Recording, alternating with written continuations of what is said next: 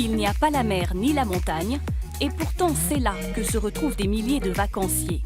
45 000 véhicules chaque jour en été, l'équivalent d'une petite ville sur seulement quelques hectares, aux portes de la Bourgogne-Franche-Comté. Immersion le temps d'une journée, au sein de cette fourmilière qui ne dort presque jamais. La nuit, pas un bruit. L'air est comme figé. Quelques heures de répit avant le rush des vacanciers. 6h30, l'air commence à s'animer et les premiers que l'on croise, ce sont eux, les routiers. Ils ont passé la nuit ici, comme Michel, qui arpente les routes depuis 45 ans. Hier au soir, j'ai mangé là, je suis venu déjeuner pour repartir là, à 8h moins le quart. Maintenant, il en est pour 3h30, pour descendre à Nîmes. Si ça va bien, s'il n'y a pas de bouchon. Igor, lui, est slovaque et va reprendre la route direction Marseille. Mais avant, il va prendre sa douche, car ici, tout est équipé. En France, c'est l'un des meilleurs endroits en Europe. Je suis allé partout. En Allemagne, les parkings sont vraiment petits, alors qu'en France, c'est grand. Et les installations sont bonnes. Il y a des douches, des grandes toilettes, des magasins.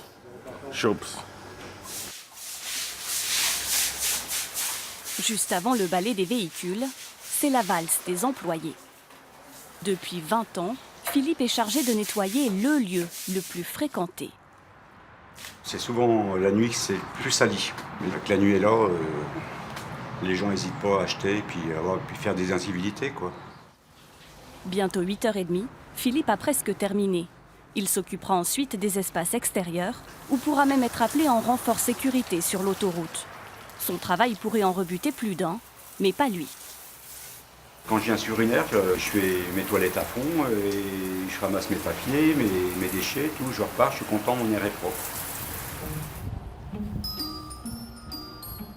L'autre site stratégique, c'est la station-service. Tous les matins, tout est minutieusement vérifié. Là, je fais un contrôle de toutes nos pompes, savoir si elles sont bien propres, accessibles, si on n'a pas de produits manquants. Donc là, je vérifie que tout est propre, tout est prêt pour accueillir nos clients sur la piste.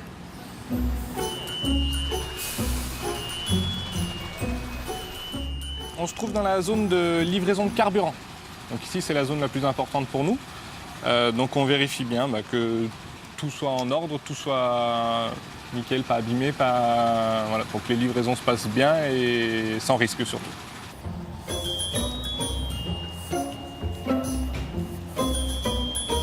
Alors là, je contrôle que les poubelles sont bien propres et surtout pas pleines.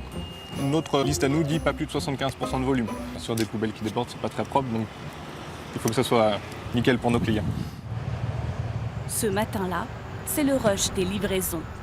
36 000 litres de carburant et des dizaines de cartons remplis de café. Alors, tiens, il faudra quand même que tu vérifies s'il y a tout. Ouais. Hein. L'été, il y a 2 fois plus de livraisons qu'en temps normal.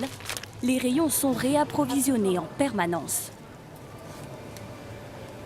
Alors en ce moment, ce qui part le mieux, ça va être le pain qui est frais, qui est livré tous les matins par le boulanger du coin. Et tout ce qui va être jambon, saucisson et yop, la boisson.